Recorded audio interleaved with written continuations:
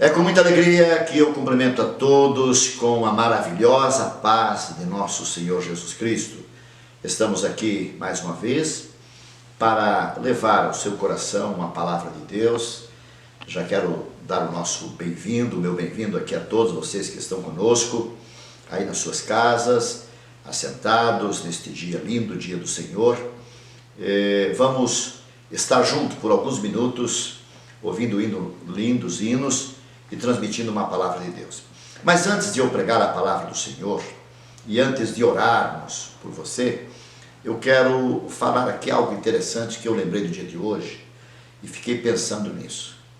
Há mais de 40 anos passados, nós tínhamos em Santa Catarina uma cidade que era conhecida na região como a capital do orgulho.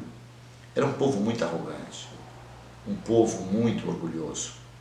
Eu conheci esta cidade depois de muitos anos, do fato de que vou me referir em instante, e conversei com um cidadão de um outro estado que estava lá e ele disse: olha, eu gosto de morar aqui, eu gosto da cidade, mas esse pessoal aqui, mesmo por tudo que já passaram, que já melhoraram bastante, mas ainda é difícil de lidar. Disse ele: eu moro há 10 anos e eu tenho um vizinho ali, 10 anos do meu lado, mas ele nunca me convidou para ir na casa dele, eu convidei várias vezes, e ele não vem na minha casa, ele não quer conversar muito. Enfim, isso é o que julgou aquele cidadão. Mas na região, aquela cidade era conhecida como a capital do orgulho. De fato, as pessoas eram bastante orgulhosas e bastante arrogantes. Em mais de 40 anos passados, deu uma enchente muito grande naquela cidade. Foi terrível.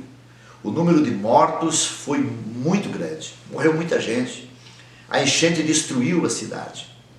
E aí se via nas filas, em busca de roupa usada, em busca de cesta básica, em busca de comida, estavam ali os ricos, poderosos, estavam os doutores, estavam os analfabetos, os ricos e os pobres, todos juntos, na mesma fila, em busca de comida e em busca de roupa.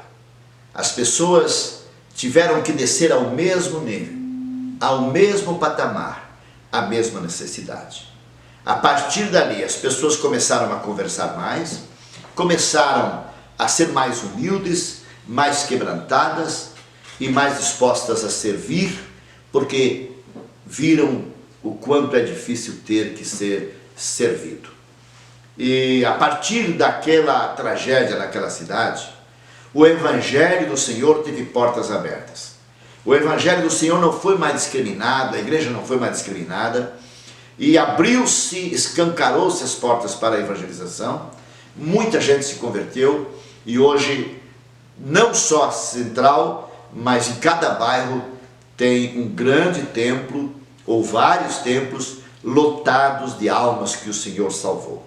Nós estamos passando aí por um momento difícil, angustiante, com a questão aí desse vírus terrível, E às vezes eu fico pensando, ainda conversava há alguns dias aí com alguém num comércio, num supermercado, e essa pessoa conversava comigo e nós conversávamos de que, quem sabe, Deus não está querendo alguma coisa com isso.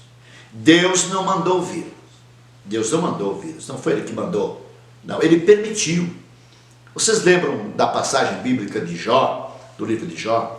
Não foi Deus que matou os filhos de Jó, que mandou os ladrões levarem o seu gado, que destruiu as suas casas. Não, mas Deus permitiu que isso acontecesse.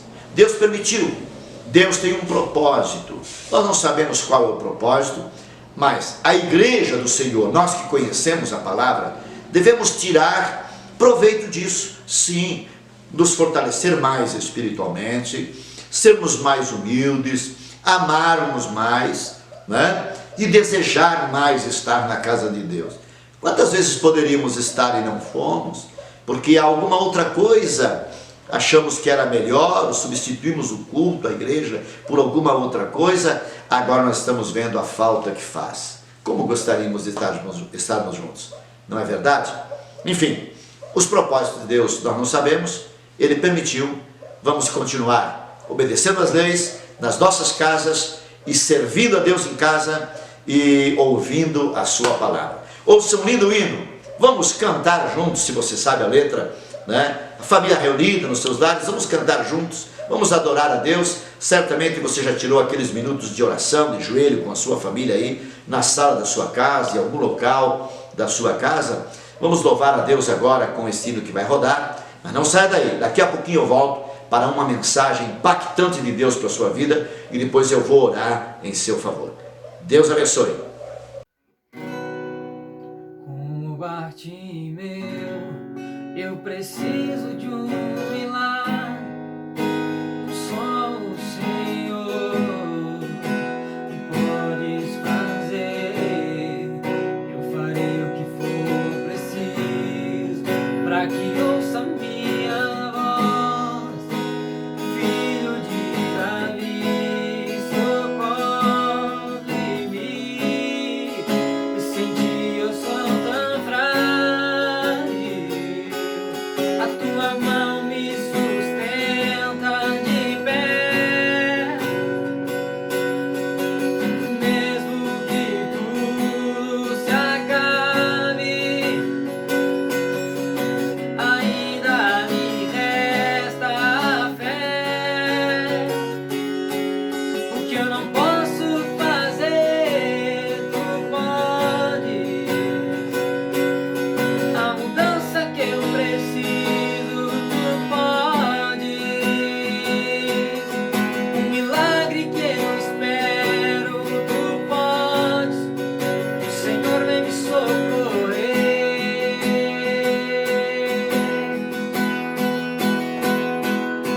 O meu milagre, Senhor, eu tomo posse.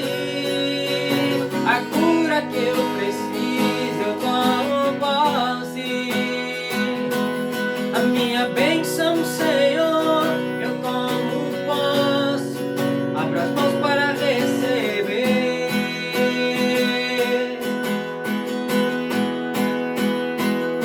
O que eu não posso fazer, tu pode. A mudança que eu preciso, tu pode. O milagre que eu espero, tu podes. Senhor, vem me socorrer.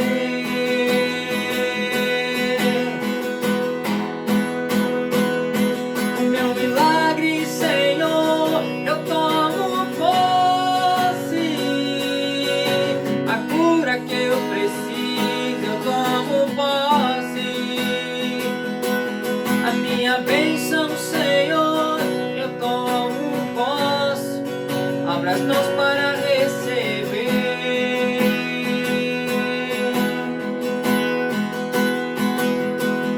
O que eu não posso fazer, tu pode.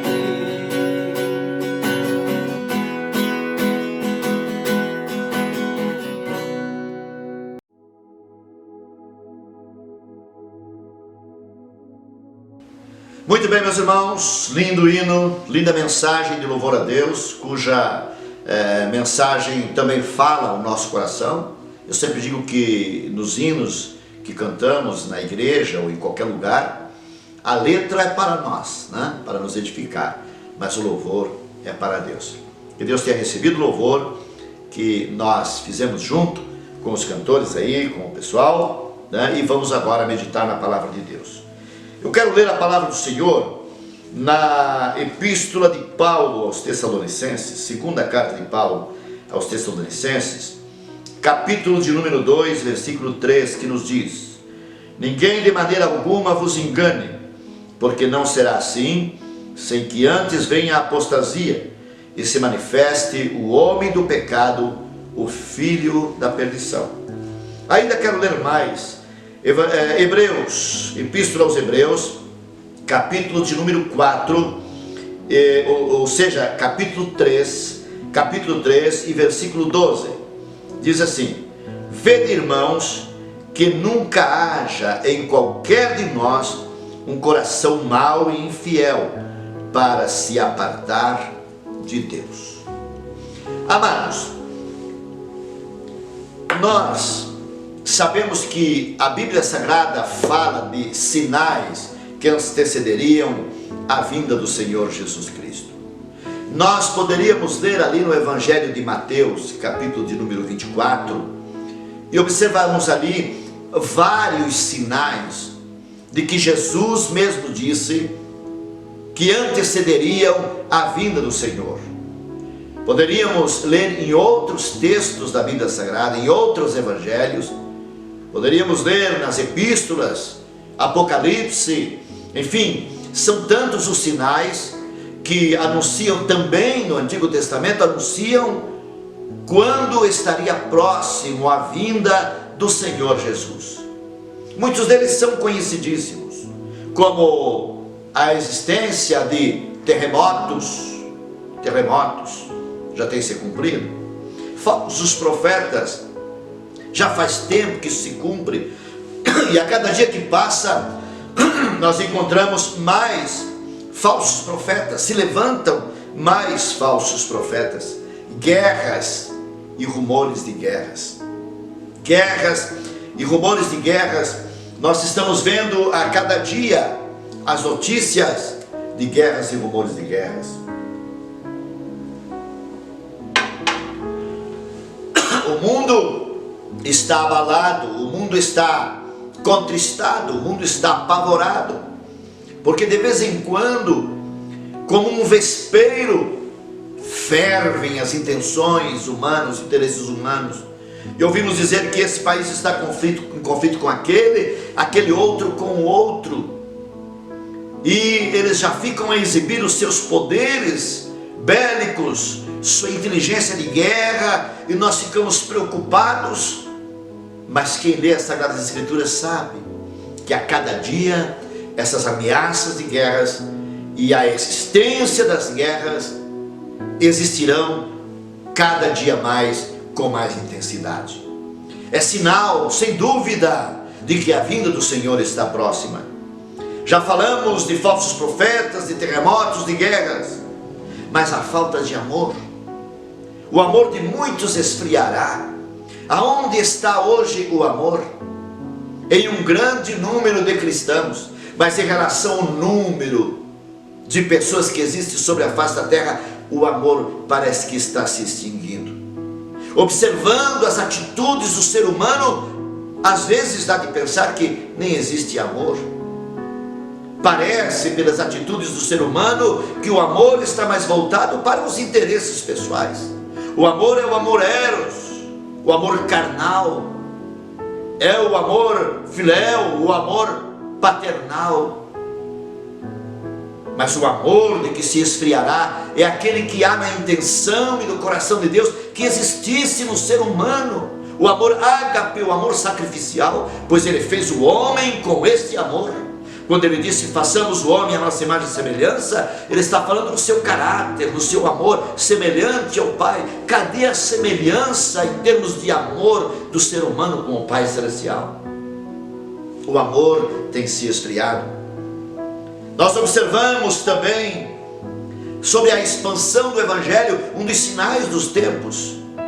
Hoje, através das mídias sociais, dos várias mídias e meios de comunicação, o Evangelho tem se espalhado pelo mundo, além das agências missionárias e igrejas missionárias que têm anunciado o Evangelho pelo mundo inteiro. Muito embora sabemos de que há muita gente ainda para ouvir o Evangelho, mas já teve muito mais e muito rápido nos últimos tempos. O Evangelho tem sido disseminado. Glória ao nome de Jesus por isso. Doenças incuráveis, doenças que levam a cada dia centenas e milhares de pessoas. Poderíamos citar tantas, mas o HIV, o câncer, que tem ceifado vidas, desafios para a ciência médica, desafios para a sabedoria humana, para a capacidade humana de encontrar cura para essas doenças, e as pestilências. as pestilências, os vírus, tantas coisas terríveis que têm acontecido, que nós poderíamos aqui enumerar e que você está vendo e ouvindo todos os dias, através das mídias sociais. Os nossos celulares são bombardeados de mensagens, fazendo-nos lembrar das pestilências que existem por aí, e é bom que lembremos, é necessário lembrarmos. O que estamos passando, porventura, não faz parte das pestilências, das pestes, uma praga que assola e que destrói? Pois a palavra de Deus já havia previsto. Isso é sinal dos últimos tempos, de que a vinda do Senhor está próxima. Um grande sinal de que Jesus está vindo é o sucesso e a restauração e o sucesso de Israel. Olhai para a figueira, diz a palavra, quando brotam e os seus ramos já se tornam tenros, sabei que a vinda do Senhor está próxima. Há algumas décadas, há poucas décadas passadas, renasce, brota a nação de Israel outra vez, e está aí uma das nações mais poderosas do mundo. É sinal de que a vinda do Senhor está aí. Este é um grande sinal da proximidade do fim dos tempos.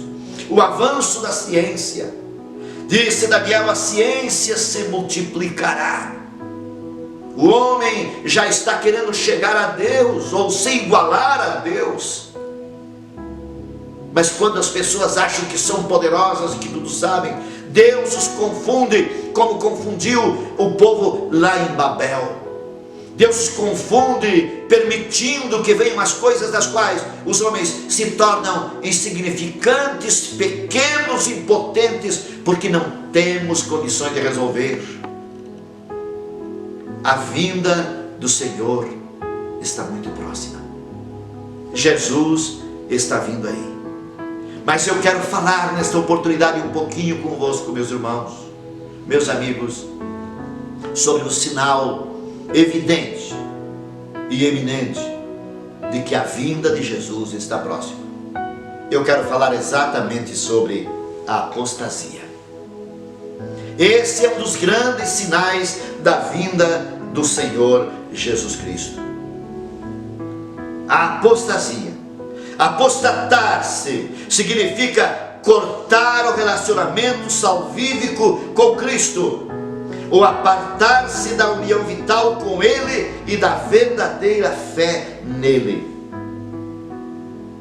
Isso quer dizer que só pode se apostatar, se afastar, aquele que um dia já conheceu plenamente a salvação.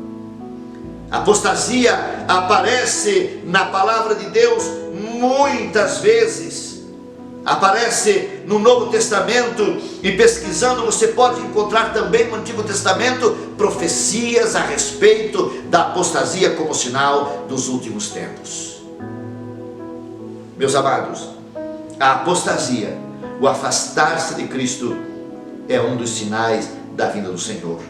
A Bíblia adverte fortemente quanto à possibilidade da apostasia em inúmeras referências bíblicas, mas eu cito para você 1 Coríntios 15 e versículo 1 e 2, Colossenses 1, 21 a 23, e também encontramos em 1 Timóteo 4, 1 e 16, e mais inúmeras referências bíblicas falando da possibilidade que há da pessoa se afastar, e Jesus e a palavra advertindo quanto a isso. Quanta gente que a gente já ouviu, o irmão também certamente viu, bater no peito e dizer como Pedro disse aquela vez: não, eu não te nego, Senhor, jamais eu vou te negar, eu morro contigo. E depois estava negando ao Senhor. Ainda bem que ele se arrependeu, chorou quando percebeu que havia errado e se consertou com o Senhor. O colega dele, o Judas Iscariotes, não teve oportunidade porque ele foi longe demais dos seus pecados e na sua apostasia. Portanto, a apostasia é uma possibilidade. Ninguém bata no peito e dizendo: eu nunca vou deixar o Senhor, eu nunca vou abandonar os caminhos do Senhor. São milhares e milhares de pessoas que já bateram no peito, que já julgaram os mais fracos que erraram, que acusaram esse, acusaram aquele, e que hoje, infelizmente, são apóstatas também, estão afastados da presença de Deus. Alguns deles já partiram para a eternidade sem salvação. Outros choram querendo voltar e não conseguem mais. Portanto, é uma possibilidade. Evitemos, tomemos as precauções cristãs e bíblicas necessárias para podermos permanecer com o Senhor. Algo interessante quero falar também, que nós temos na Bíblia, na própria Bíblia, inúmeros exemplos de apostasia. Várias referências bíblicas que falam de pessoas que se apostataram de Deus mesmo depois de conhecê-lo. Portanto, vigiemos para não nos apostatar. Quais são as coisas que podem levar-nos à apostasia, meus amados irmãos? O crente, por sua falta de fé, deixa de levar a sério as verdades e exortações e advertências e as promessas e o ensino da palavra de Deus. Quanta gente que não, gente que leva as coisas de Deus como brincadeira. Eu não estou dizendo que o crente não pode sorrir, que o cristão não pode brincar, não pode se alegrar. Claro que pode, mas não podemos zombar das coisas sagradas. Eu fico triste, e eu acredito que o Espírito Santo muito mais, quando eu vejo pessoas imitando o falar em novas línguas, com zombaria, às vezes usando as coisas sagradas de Deus para a zombaria, para o escarnecimento, para a chocarrice, da qual a palavra de Deus nos adverte que não devemos fazer. Quando nós não levamos a sério as responsabilidades com Deus, amados, é tempo de levarmos a sério as coisas de Deus. Não podemos abandonar a casa de Deus, não podemos abandonar os nossos irmãos. A Bíblia diz muito claro: não abandoneis a vossa congregação, como é costume de alguns. Não podemos ir à igreja só na celebração da Santa Ceia, só nos eventos, quando tem congresso. Levemos a sério, tanto a sério, os dias de reuniões, os dias de culto, como os dias de ensaio, como os horários, o cumprimento de horários, os ensaios, as reuniões, os estudos, os seminários. Levemos a sério as exortações da palavra de Deus, as diretrizes da palavra de Deus. Levemos a sério aqueles que Deus tem colocado diante de nós para nos conduzir pelo caminho da salvação. A palavra de Deus é verdade e ela nos manda amar e ensinar aqueles e aquelas que foram colocados sobre nós ou para nos ajudar espiritualmente de alguma forma. Mas tem muita gente que não está levando mais a sério. Para eles é mais um culto, esse obreiro é mais um obreiro, esse pregador é mais um pregador. Esse aí é um daqueles que também erra como os demais. Não, nós não podemos julgar ninguém, nem podemos dizer que ele erra sem que vemos errar, sem termos certeza de que errou. O cristão, a igreja não vive atrás de comentários e boatos, ela vive pela orientação da palavra de Deus e pela orientação do Espírito Santo, através daqueles que Deus usa para ajudar as nossas almas. Vamos levar a sério as coisas de Deus, levar a sério a igreja, levar a sério tudo o que está escrito, determinado e organizado por Deus e a sua palavra. É um perigo muito grande quando não levamos a sério as verdades, as exortações, as advertências, as promessas e os ensinos da palavra de Deus. Podemos entrar sim em apostasia quando as realidades do mundo chegam a ser maior do que as do reino celestial. Quando nós achamos que o nosso carrão novo é mais real do que a igreja, é melhor. Quando nós achamos que as bênçãos materiais, o bom emprego, o salário, a posição social é mais importante e que é isso que devemos nos apegar, e vamos nos afastando, vamos nos apostando das coisas de Deus. Portanto, quando a realidade do mundo, ou os prazeres deste mundo, que é uma realidade hoje, é maior do que o reino celestial, nós começamos a descambar para a apostasia. Meus amados, a aparência e o engano do pecado tem feito também muitos se apostatarem da fé. Você lembra na Bíblia Sagrada, quando fala de Jacó e Esaú? Esaú chega da caçada, cansado, com fome, e Jacó, com a sua mãe, aproveita-se da oportunidade, aproveita-se da fraqueza de Esaú e oferece-lhe um prato saboroso, um guisado de lentilhas. Era exatamente o que o corpo, o apetite, a carne, o estômago e os olhos de Esaú precisavam. E aí ele vendeu o direito de primogenitura. É exatamente também isso que leva muitos à apostasia. Quando as pessoas observam que está sendo lhe oferecido um baita de um prato, algo que vai satisfazer os seus apetites carnais, que vai encher os seus olhos, que vai mexer com a sua alma, com o seu corpo, que vai marcar a sua vida alguns momentos de alegria e de prazer. E as pessoas então trocam a sua alma, trocam a sua salvação, trocam a igreja, trocam o ministério, trocam tudo por isto. Isto é algo terrível quando a aparência enganosa do pecado chega até nós. A pessoa se torna cada vez mais tolerante do pecado na sua própria vida e acaba caindo da presença de Deus.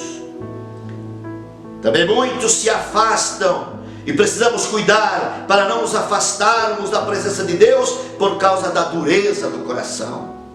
Pessoas de coração duro, não perdoa ninguém, nunca se humilha, sempre está certo. Eu costumo dizer que tem gente, cristãos, entre aspas, que se tornam miudeiros. Qualquer coisinha já é motivo, qualquer coisinha já é motivo para se afastar, porque o coração é duro. Aceitou a Cristo, está na igreja, mas o coração permanece duro, sempre cheio de razão, sempre é o mais importante, é o mais interessante, cobrando afeto, cobrando carinho, cobrando elogio. Ah, meus amados, que direito temos nós de cobrar de Deus ou de alguém? Eu particularmente nada. Nós não somos nada. Ele, Jesus, sim, é tudo, e a Ele seja a glória, o louvor e a adoração para todos sempre. Meus amados, quando nós cometemos essas coisas, o Espírito Santo se entristece conosco, e nós acabamos então extinguindo o Espírito Santo, conforme diz a Bíblia em 1 Tessalonicenses 5, 19 e outras referências mais, e nós acabamos nos apostatando do Senhor. Ninguém sai da presença de Deus e vai viver a vida velha do mundo de um momento para outro, de um instante para outro. É gradativa a sua apostasia, conforme nós já muito bem explicamos. Gradativamente vai se afastando, e aquele que dizia que jamais deixaria Jesus, jamais deixaria a igreja, jamais deixaria as atividades da igreja, ele está lá no mundo, caído, atolado na lama do pecado outra vez. E cuidemos-nos, amados, porque a Bíblia diz: aquele que está em pé, olhe, cuide e não caia. Porque é difícil, é muito difícil levantar-se aquele que cai nos dias em que estamos vivendo, quando a oferta maligna e mundana é grande e contínua, fazendo até pressão em cima do cristão. Mantemos-nos em pé, meus amados, fugimos até da aparência do mal, mantemos-nos na presença de Deus. É tempo de reavivamento e não de fraqueza. É tempo de chegarmos perto de Deus e não de nos afastarmos. aproximemo-nos de Deus através de Jesus Cristo. Ele está querendo dar-nos a vitória que precisamos. Aonde você está agora, pare tudo, fique em pé, levante suas mãos aos céus, feche os seus olhos e ore comigo nesse instante. Soberano Deus e Pai, sabemos que a tua vinda está muito próxima. Todos os sinais de que falaste que antecederiam o dia da tua volta se aproxima, ó Deus, pois todos os sinais estão se cumprindo a cada dia. Querido Deus, guarda-nos de que sejamos nós que venhamos ajudar a cumprir o sinal da apostasia, que também é um dos sinais eminentes da tua vinda. Pai, cobre-nos com a tua mão, protege-nos dos dardos inflamados do maligno, repreende os espíritos tentadores que querem massacrar o meu irmão, a minha irmã, que querem tirar dos teus caminhos. O espírito da apostasia está repreendido agora, em nome de Jesus, em nome de Jesus. Dá vitória a este que está afastado, que ele volte agora para ti, Senhor. Perdoa-lhes os seus pecados e recebe nesse instante aquele que te aceita como Salvador. Salva, perdoa os seus pecados e abençoa, Pai, no nome de Jesus, para a glória de Deus. Amém, Senhor, amém e amém.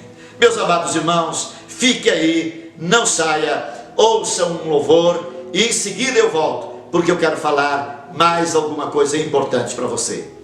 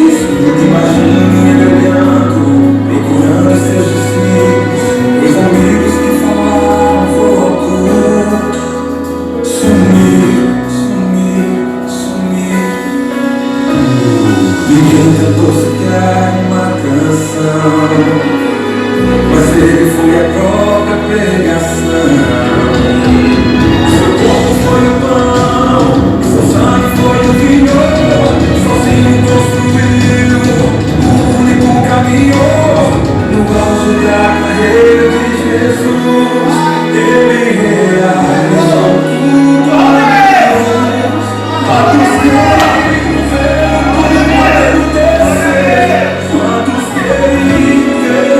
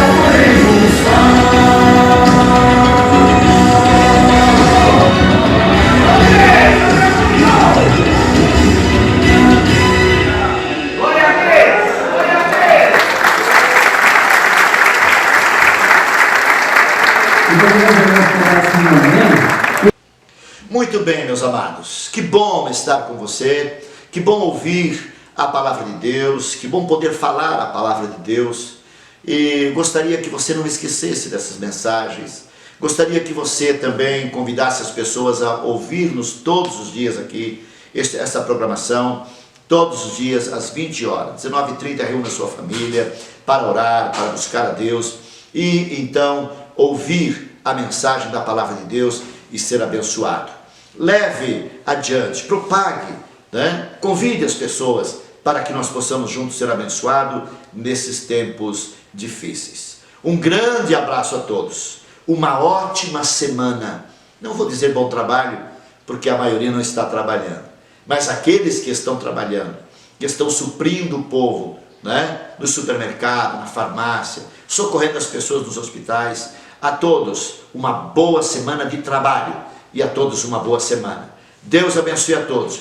Meus amados, não esqueça da oração da madrugada das 3 às 4, da oração da manhã das 8 às 9 e das 3 às 4 da tarde. Vamos estar juntos, unidos no mesmo propósito, orando, buscando a Deus e anunciando a palavra de Deus. Deus os abençoe. Um grande abraço em Cristo Jesus.